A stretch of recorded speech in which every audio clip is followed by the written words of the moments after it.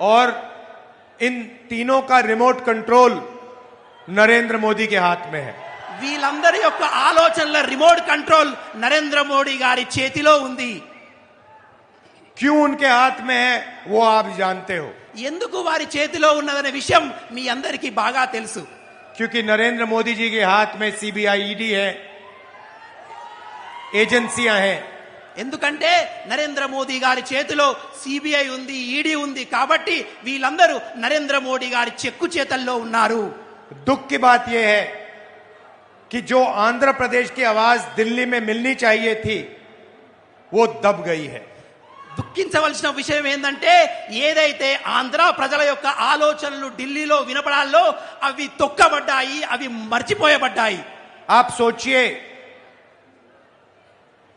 राजशेखर रेड्डी जी की आइडियोलॉजी, कांग्रेस की आइडियोलॉजी कभी भी बीजेपी के साथ नहीं खड़ी हो सकती थी। మీ అందరికీ తెలుసు, రాజశేఖర్ రెడ్డి గారి సిద్ధాంతం, కాంగ్రెస్ పార్టీ సిద్ధాంతం ఎప్పుడు బీజేపీకి వ్యతిరేకంగా పోరాడుతూనే ఉంటుంది. मगर जगन रेड्डी जी बीजेपी के खिलाफ कुछ नहीं कह पा रहे हैं। కానీ జగన్మోహన్ రెడ్డి గారు బీజేపీకి వ్యతిరేకంగా ఒక్క మాట కూడా అనడం లేదు. और सच्चाई है कि अगर जगन रेड्डी जी कहना भी चाहें वो नहीं कह सकते हैं. కానీ సత్యం ఏమిటంటే ఒకవేళ జగన్మోహన్ రెడ్డి గారు ఏమైనా అనాలనుకున్నా కూడా బీజేపీని ఒక్క మాట కూడా అనరు.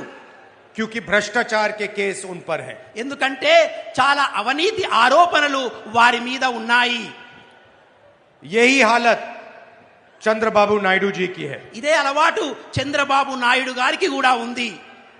आपकी आवाज दिल्ली में क्यों रिप्रेजेंट होनी चाहिए?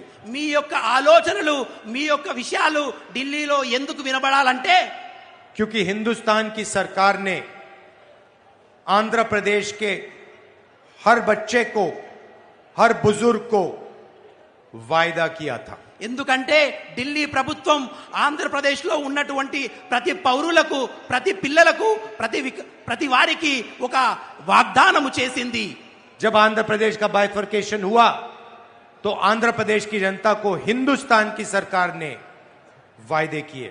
ఎప్పుడైతే ఆంధ్రప్రదేశ్ విభజించబడిందో ఢిల్లీ యొక్క ప్రభుత్వం ఆంధ్రప్రదేశ్ ప్రభుత్వానికి, ప్రజలకు వాగ్దానాలు చేసింది. और वो वायदे आज तक नहीं पूरे हुए हैं. ఆ వాగ్దానాలు ఈ రోజు వరకు నెరవేరలేదు. क्या आपको स्पेशल स्टेटस मिला?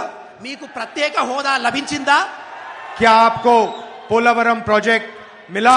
మీకు పోలవరం ప్రాజెక్టు లభించిందా? कडप्पा स्टील प्लांट मिला? కడప స్టీల్ ప్లాంట్ లభించిందా? इसका कारण है कि आपकी जो सरकार है वो बीजेपी के सामने सिर झुका देती है. ఎందుకు దక్కలేదంటే ఏదైతే ఈ రాష్ట్రంలో ప్రభుత్వం ఉందో అది బీజేపీ ముందు తల వంచుకొని నిలబడింది. वो बोल ही नहीं सकते हैं వాళ్ళు చెప్పలేకపోతారు. क्योंकि भ्रष्टाचार के जाल में वो फंसे हुए हैं. ఎందుకంటే అవినీతి కుంపంలో వాళ్ళు మునిగిపోయి ఉన్నారు. अगर हमारी सरकार 2014 में आती, हम ये वायदे 2 दिन के अंदर पूरे करके दिखा देते. గడిచిన ప్రభుత్వంలో ఒకవేళ కాంగ్రెస్ ప్రభుత్వం ఏర్పడి ఉంటే ఇటున్నటువంటి అన్ని యొక్క ఆలోచనలు, మీకు ఇచ్చిన వాగ్దానాలు కాంగ్రెస్ ప్రభుత్వం పూర్తి చేస్తుంది. और मैं आपको कहना चाहता हूं 2024 में हमारी सरकार आ रही है और जैसे ही आएगी हमारा काम जो आंध्र प्रदेश को वायदा किया गया था उसको पूरा करना का होगा. 2024లో కాంగ్రెస్ ప్రభుత్వం ఏర్పడగానే ఏదైతే కేంద్ర ప్రభుత్వం ఆంధ్ర ప్రజలకు వాగ్దానం చేసిందో ఆ వాగ్దానాలన్నీ మేము నెరవేర్చి తీరుతాము. आपको 10 साल का स्पेशल स्टेटस मिलेगा.